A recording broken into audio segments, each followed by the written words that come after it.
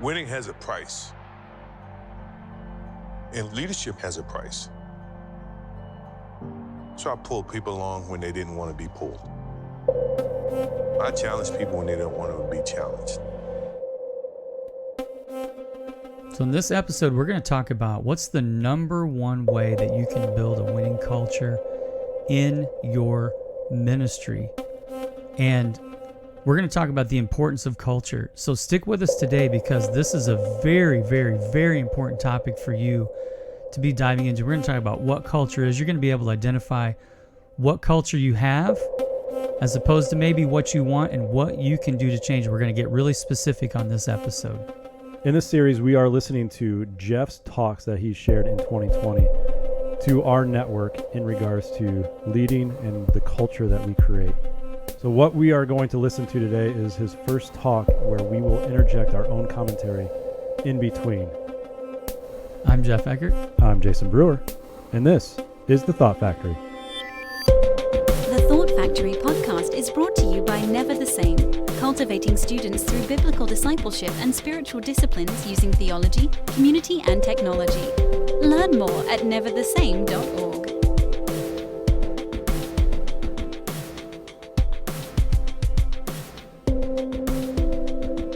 Our last episode was really insightful, Jason. We talked and heard from students. We talked with them about the effects of COVID on their school and campus experience. So if any of our listeners here, if you didn't hear that one, you should go back and check it out. There is a number of episodes even just talking to those students or the youth pastors around the country in regards to the school campus, in regards to politics, which is a very hot topic right now, so I hear, or just how the coronavirus pandemic has affected the ministry, the youth ministry across the country. So if you have not listened to any of those episodes, we highly recommend you just checking in and seeing how students and youth pastors have been impacted by the pandemic that we are currently in. Then our next episode is going to be the number one cultural trait that will grow your ministry numerically. What's the number one thing you can do to grow your numbers at your youth ministry? And numbers are a crazy thing. We're going to talk about, the good, the bad, and the ugly about numbers. But if you want to draw more students to your ministry and get them involved in one way or the other, that's what we're going to talk about. We're going to get real specific. We're going to show you the number one way you can do that. Is that by adding more students? Is that how you grow numerically? Yes, and we're going to show you how. You just bring more students in. That's right. So you just how to do that. You bring more votes in. Yeah, there's one. Yeah, oh boy. There is one. That almost got past me. Wow, okay. There is one trait, cultural trait that will determine the size and the impact of your ministry. And we're going to talk about that next time. I can't wait to get into that. As always, if you want a free resource that really is amazing for ministry and beautifully laid out, there's something you can download for free at neverthesame.org/trend report. neverthesame.org/trend report. And if you go there, you'll be able to download a free version of our 2020-2021 trend report with some of the latest stats on students, and it's called our Adolescents in the Church Trend Report. So be sure to check that out. Some of you that are listening may be able to take what is talked about in these podcasts, in not only this episode, but the number of episodes that are following this in the upcoming weeks, to be able to use and lead your own leaders in times that you may gather with your adult leaders and pour into them. And so a lot of this is not just for you, but it's also for leadership across youth ministry. So for today, you may have heard in the intro, we are going to be listening to a talk that Jeff has given in regards to winning culture. And we are just going to pause it and provide our own commentary on top of this talk. And so you will hear us cut in and out in hopes to get more breadth, more depth, and just more clarity in some of these things that are being talked about today.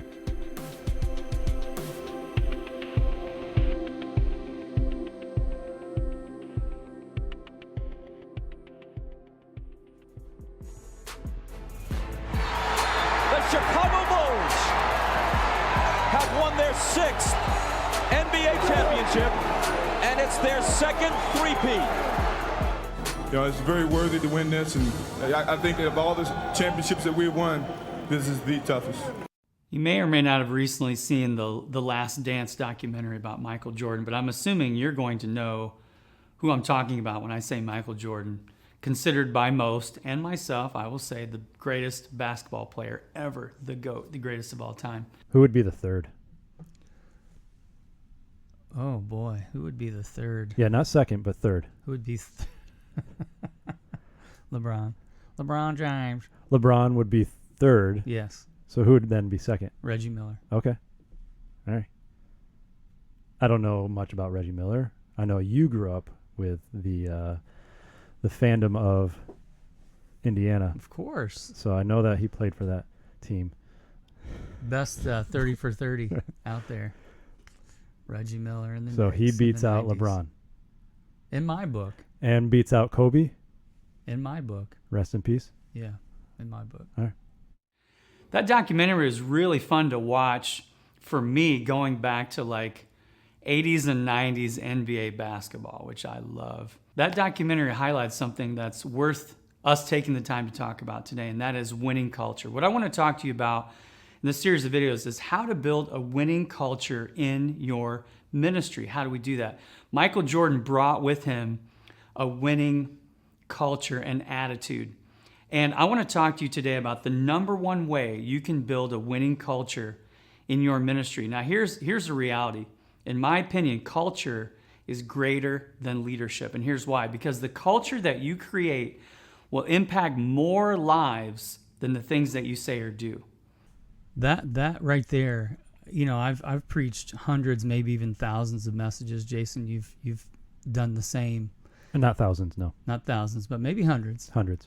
And when you think about all the words that we say, it's what actions that we took. It's the environment in which we gave those talks. It's the relationships that were formed outside of our platform in public ministry that really created something important. And when you look at what Michael Jordan did to the Bulls, you look at any great player right now as we're recording this. Tom Brady just went from the Patriots to the Buccaneers, and they had a winning culture in New England. Now they don't. Great players take with them winning cultures because they demand it, they expect it.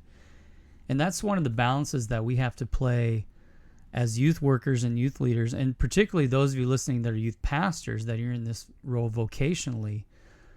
I think my number one description of pastor, if I could boil it down in a one-word definition, it would be the word shepherd. I think shepherd is the most descriptive and accurate thing. And a lot of for the last 20 years in church culture in the United States, it's been, a lot of people would say, well, if I could boil it down to one word, it would be leader. That a pastor is a leader, and a pastor should be a leader. But one of the parts of leadership and shepherding combined is you create a culture around you, and that's what we're talking about today that's so important. Well, it may sound cliche, but it's the number of students that don't remember what you talked about, but how they felt and how they were experiencing your environment that you've created as a leader makes the difference. Because, you mentioned you've talked, gave messages hundreds, thousands of times, or hundreds of thousands of times, or 100,000 times. I don't know what number you're... Not that many. But a lot. A lot. And you may ask students that have heard you talk through 8 years of ministry while they're underneath your leadership, and they may never be able to pull something that you said specifically, but they know how you led and the culture that they were experiencing while you were there, while they were there. And so it's what is the cliche? They don't care how much you know until they know how much you care. So I got back to that cliche. You did. Think about it. The culture that you create in your ministry will overcome and surpass your actions and your words, because it is an encompassing environment that you're creating. Now, when I say culture, I'm talking about an environment that's created by the beliefs and the behaviors of a group of people or a community. That's what culture is. And I think the thing that we ought to ask ourselves is, how do you create or change culture in your ministry? Because if we're honest, you may look at the things you're doing right now in your ministry, you may say, I don't know if there's a culture that I really am totally satisfied with. Do you think that's prevalent in youth pastors, that they don't know of a culture that they would be satisfied with In their youth ministry? in their youth ministry? I would say, I don't know if this answers your question, but I would say the majority of youth pastors that I've interacted with over my 30 years have not been content with the culture. They've not said it directly, but I sense it, I hear it in the comments and the reactions, that they're not satisfied with the culture that is set in their youth ministry. Do you think that they know what they want when they become a youth pastor? No, I don't. I think most people, you know, if you don't create a target, you'll hit every time. Right. You know, it's that idea. Yeah. And I think most ministers and youth workers, I don't think they set their cultural goals. I think they may set other goals, like I'm going to set a numeric goal, or I'm going to set, you know, whatever it is. I want to get this many students going to retreat this year, Right. our attendance, or this many Baptisms or baptisms or volunteers or whatever. Yep. But I think cultural goals, and you may say, well, what's a cultural goal? I'll give you an example. That 20 years ago, I set a cultural goal where I said, we're going to make Bible reading part of our culture, this ministry. And man, I had to fight for that. And it sounds crazy. You think, oh, everybody's going to be on board for that. But when you start pushing it, when you start holding people accountable for the things that they said they want to do, when you start doing that, believe it or not, I had some intense conversations with some of my volunteers going, Jeff, you're pushing too hard. And I said, this is what we're going to fight for. This is a battle we're going to fight for. So when you think about cultural goals, it might be, you know, that we create an environment where inviting our students is not only encouraged, but it's a strong part of what we do. Or you share the gospel, or we're a serving community, or we're a Bible reading community. And obviously you can pick more than one. It's whatever you want to pick. You can't pick everything, but culture, you know, that definition, again, it's an environment created by the beliefs and the behaviors of a community. And when you're in a community for so long, sometimes you get immune to the environment around you because you can't see it because you're a part of it. So you would say a youth pastor might develop their desire for a certain culture over time. I guess I asked because when I first stepped into full-time youth ministry, I didn't have cultural goals. I wasn't trying to establish a certain culture. I didn't know what I wanted necessarily, but over time, I saw myself going, I want to be able to do this. I want this environment to look this way, or feel this way, or my leaders to know that they have the empowerment to do this, and all that stuff. But I remember that first year stepping in as full-time and going, I'm just trying to keep my head above water. Yeah, you're trying to survive and figure it out. And that's really true. And I think a lot of those things, Jason, you asked, do people know? I think if you were to dig in and mine it out, you could find it. If you were to sit down with a youth pastor and interview them and say, what do you really want this to be? But I think a lot of times we don't lead with that in our consciousness. It's a subconscious thing. And so we're going, I want this, you know, internally you're battling it maybe, but you don't ever really express it, or you don't define it, or you don't set any kind of patterns or programs or procedures to be able to build that culture. You just want it to happen. And you can do that. You can do it just through osmosis and through just charisma, so to speak, but and grit, you know, you can do it that way, but it's way better if you can articulate it, you know, map it out, describe it, show it, that type of thing. So it's about being intentional in your thought of what you desire and taking the time to think through that cultural goal. That's right. And so as we're going through this now, I mean, my goal for sharing these thoughts to all of our NTS Camp Network and doing here on the podcast is that so leaders would start to think about culture, because I really think culture influences way more than leadership does. Leadership only goes so far because, like I said, like when Michael Jordan, going back to him, when he went to the Wizards, eventually I think the culture there, he just couldn't overcome it for a lot of reasons. His age, he was more injury prone towards the end of his career. When he went to the Bulls, he was a unstoppable force to shape that culture, but he couldn't change the culture of the Wizards. It was time, and it was just other factors. I think he also went into the Bulls with a mindset of that. Like he already believed in some of these things, and he probably experienced resistance as Yes. a rookie, and yet he was still determined to create that culture.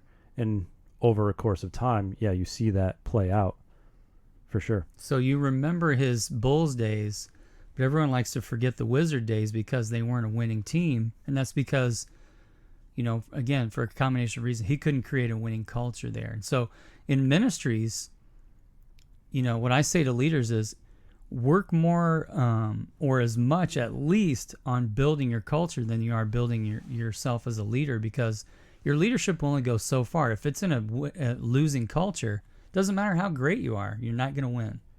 Didn't he also play for the White Sox? He did. And sometimes we can give in to that, and we can just settle with what we have rather than building or creating something that we want. So how do we change culture? Well, let me give you this statement. Culture changes when one person has unshakable conviction. And in any ministry, organization, whatever it may be of any size, here's the truth that I believe. It doesn't matter how large or small this organization or ministry might be, one person can change the culture of that if they have unshakable conviction. So I want to ask you. Let's talk about conviction. Yeah. I think just that word alone is a little bit more foreign to maybe a lot of people, maybe for students, maybe for a younger generation, of having strong conviction. That is something that it's hard to teach. It's hard to put your finger on, but you can recognize it when someone has unshakable conviction about something. Yeah. I was with someone recently, and they were just really personally disappointed in Drew Brees. And we've seen this in many athletes where they'll come out, and Drew Brees basically, and I'm speaking a little bit out of ignorance here because I saw it blip on the news, radar a few months back, but he said something about, I'm not going to disrespect the flag because I've had, generations of service, military service in my family. And then they came out, and he really got blasted for it, and he came out the next day and apologized. And what the person's saying, they brought this up to me, they go, Drew Brees doesn't have conviction. Because if he did about what he said, he wouldn't have backed off. Now, I'm not here to argue that. We're not arguing the Drew Brees thing, Right. but that points out this idea that conviction says, I'm going to fight for it no matter what. I believe in it. I'm going to stand on it.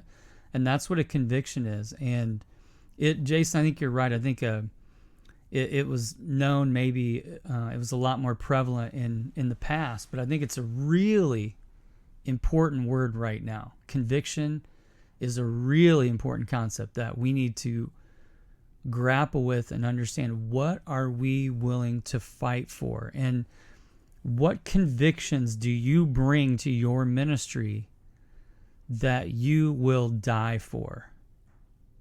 And it's something that you don't feel like you need to apologize for.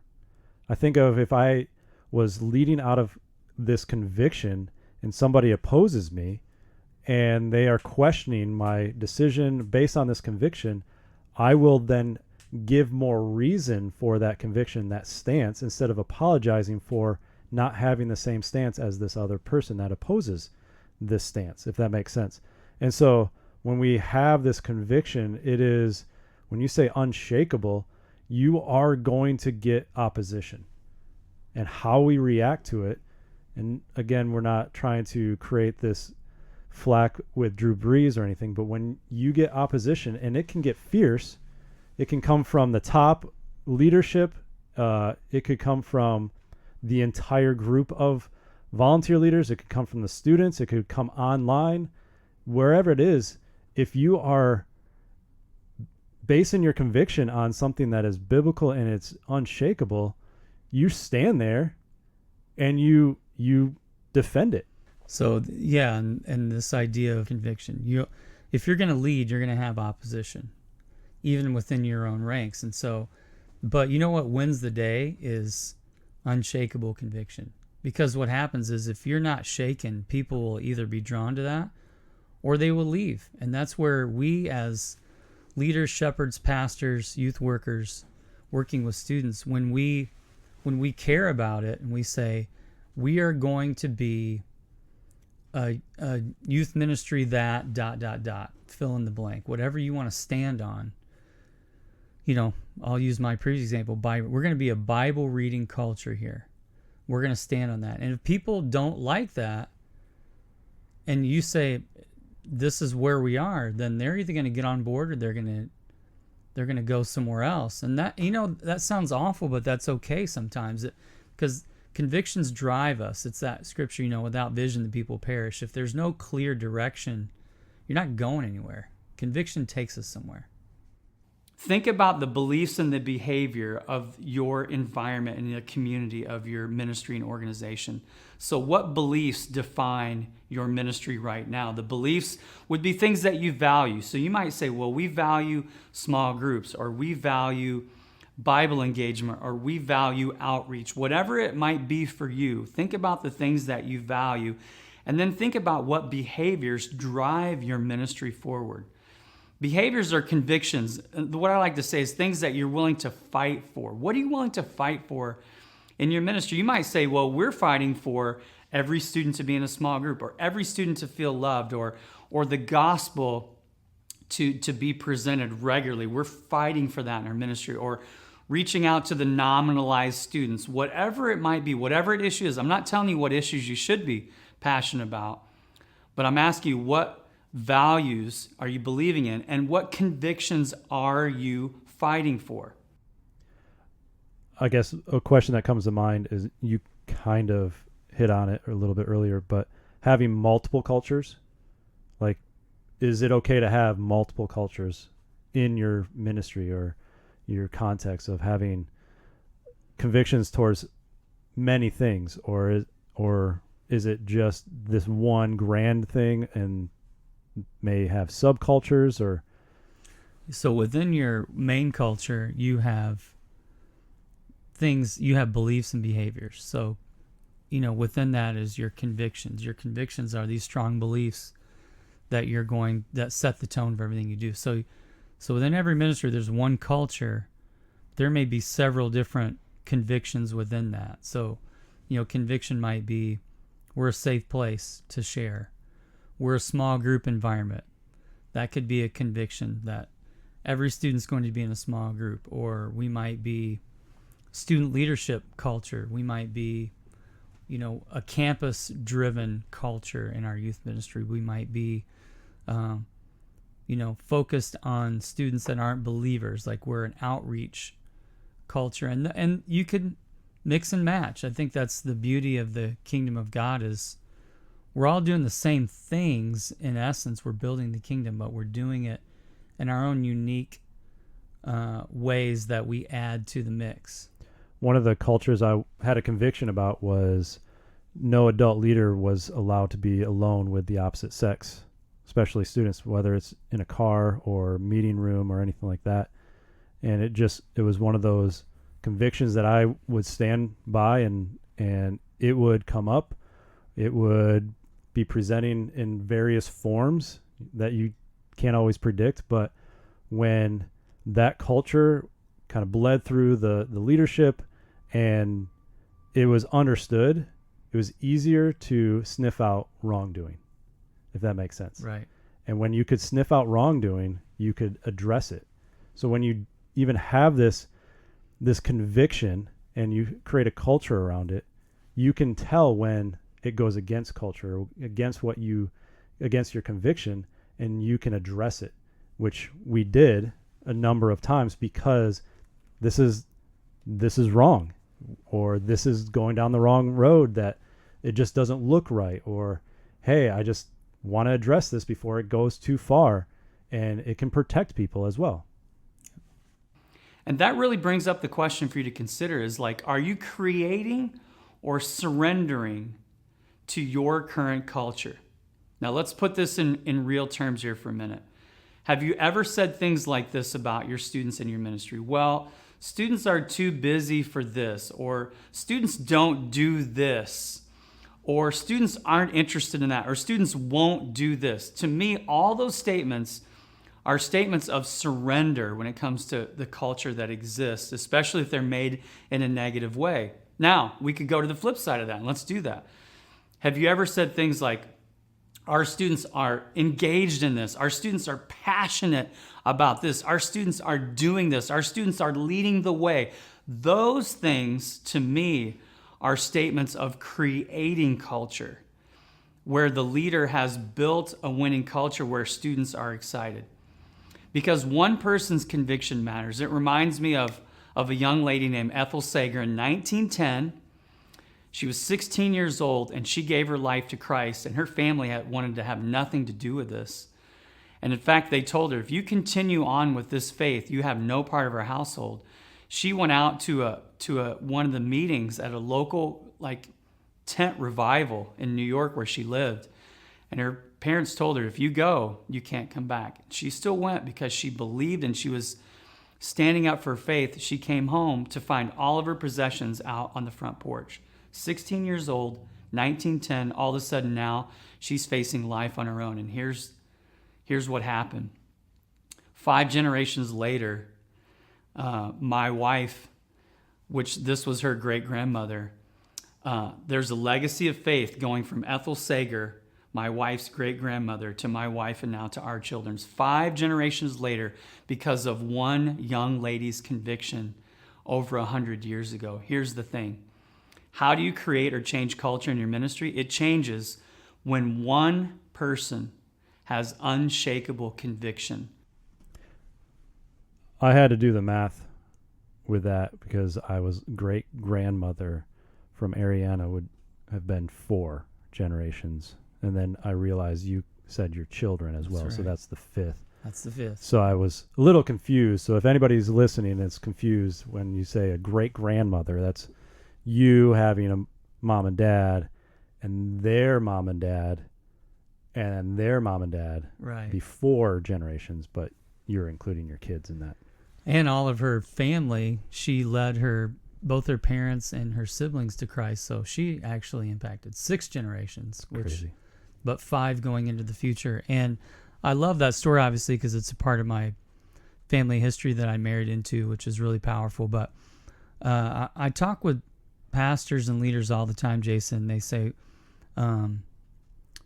they say the negative things, like where our students won't do this and we won't do that. I remember talking with someone one time who'd been a youth pastor in one particular location for over 15 years, and they said, yeah, I don't really have any spiritually deep students in my youth ministry. And I thought to myself, wow, what an indictment on yourself as a leader. That if you don't have spiritual depth and you've been there for more than 15 years, there's no other place to look than in the mirror. And what I say all the time is there's this thing about culture. When you want to create culture, I want to get really specific here with everyone. That if you're going to do it, you need 3 years minimum to begin to create culture. And so I'll talk to people and they say, yeah, well, we tried that and it didn't work. We tried to be an outreach. We tried to really uphold that conviction, and we just couldn't. Our students weren't interested. And my first question every time is, how long did you try? 4 weeks. Yeah, 4 weeks or a semester or a year. And depending on my relationship, is how blunt I can be if I say anything at that boy. But I go, listen, if you're going to do something, because I think over and over, one of the most frustrating things to me when I look at youth workers and youth leaders is they give up. They don't understand the grit, the work, the effort the labor, the sweat that it takes to change culture. And you can't settle for where you are, because I guarantee you can change anything about any culture that you step into if you have unshakable conviction. You're the last person standing. You refuse to give up. You can't beat somebody that refuses to give up. One of the arguments may be, well, the culture is always shifting, and so I want to be open to the shifting cultures as they come along, and that just shows that you don't have any conviction as well, Right. in my mind, Right. because a conviction is going to not waver regardless of what the world is changing or how the culture is around you or what is new and trendy, and how to approach youth ministry.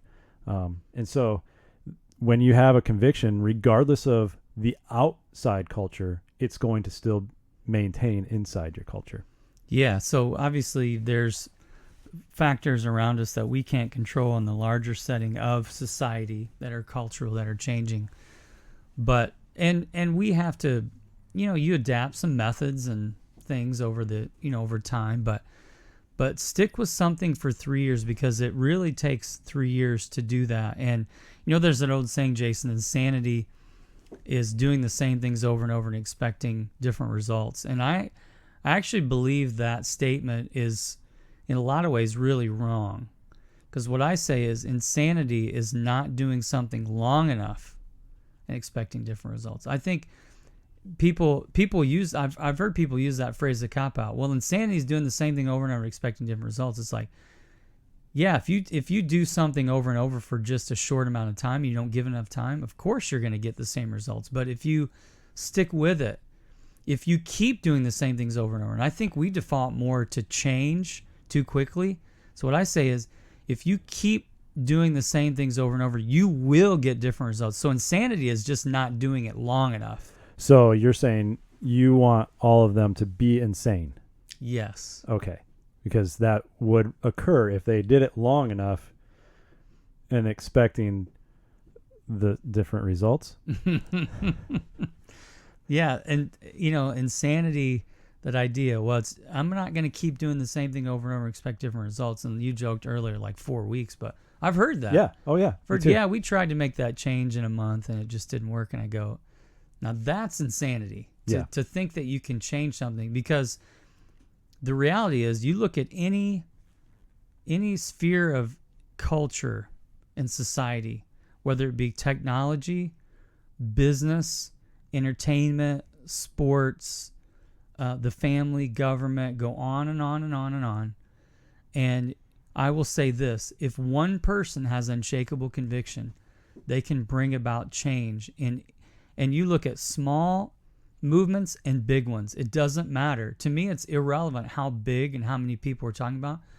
It's the core of the person that is stirred up and convicted that will. So, go down the line, Gandhi and Martin Luther King Jr. And who are you including in this list? I just have to know. I'm just throwing them out. Oh, okay. there. I didn't, because you said we'll go down like the line. Steve Jobs. Okay, I didn't realize that was a possibility. Yeah, I mean, athletes, people in technology and business, over and over, and you go, all of them just have this unshakable conviction inside of them that says, I believe in this so deeply, I'm going to do anything. And what happens is, you create this movement around those convictions. So you're talking about greats in their field, those that we know, we can recognize, we can pick and go, they didn't waver and they created something great. Yes. Or they lived a great life, or we look to them for expertise because they had that conviction and they just kept going, and it creates credibility over time. In my mind, that, if Steve Jobs was still alive and he said, now I want to do this, he's developed credibility from his convictions of what the user should have in their hands or on their desktop. People are going to, all right, we'll follow you. Yeah. We're going to do whatever you say because you've established a culture long enough, and through that conviction, that wherever you want to go now, whatever idea you want to develop, we're right there. We're going to follow. So this idea of building and winning culture, The number one way that you can build a winning culture is by having unshakable conviction. And so as you're listening to this, and as we're recording this, we're ending up the year 2020. And so we're going into a new year in a few weeks. And so for you as a person, for you as a leader, I would encourage you, this podcast episode is really meant to help you grapple with what are the ways that you're going to build a winning culture around you in your ministry. And the number one thing to me is have things that you believe in and then be willing to die for them. So maybe as you listen to this episode, be a great exercise for you to sit down and write out what are 3 to 5 convictions, beliefs, behaviors that we want to build our culture around. And you obviously you want to get input if you're leading others, but I would say this, a lot of times it comes down to you and what you are sensing and feeling that God is leading you to. And that's an important thing when it comes to that conviction. It has to be personal. What do you believe in? What are you passionate about? What do not only you believe in, what are you willing to fight for? Because if you have unshakable conviction that cannot be changed, you will create a culture that's built around the things that you're willing to fight for and that you're not going to compromise on. The Thought Factory podcast is brought to you by Never the Same, whose vision is to see new generations transformed in Christ to further the kingdom of God. Learn more at neverthesame.org.